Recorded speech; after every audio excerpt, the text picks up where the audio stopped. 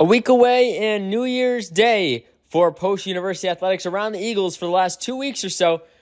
Women's ice hockey returning to the ice this past weekend in non-conference matchups against RIT. Tristan Curry scoring the lone goal for Post on Friday in a 4-1 loss before the Eagles would take an early 1-0 lead on Saturday against the Tigers. A lot of power play goals in this one. They ultimately tie the game at 3-3, and then Kylie Aquero would score at the 15:42 mark to give the Tigers the 4-3 win.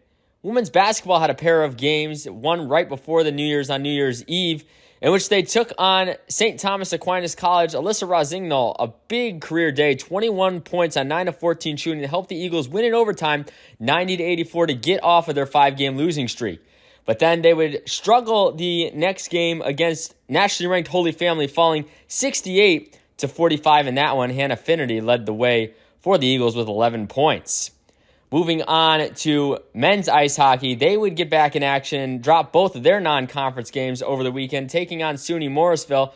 They'd fall in shutout fashion 2-0, and then the very next day against Buffalo State on Saturday, falling 4-1, Mateo Pekka scored his first goal of the season in that 4-1 loss. Men's basketball returning to the court for the first time in the New Year's in a big way. Bo Lacotte led the way with 20 points on 5 of 13 shooting, making 10 free throws. Harrison Warnock, his third double-double of the year with 19 points and 12 rebounds. And Derek Thomas II returns to the court in the first time in over a month with 16 points. Post wins this one 73-58 to move to 2-1 in conference play and 8-6 overall. And with that 8-6 record overall, looking around the Eagles, men's basketball at 8-6, women's basketball at 2-12, women's ice hockey falling to 4-14-3, and men's ice hockey now sits at 4-9-0 on the year.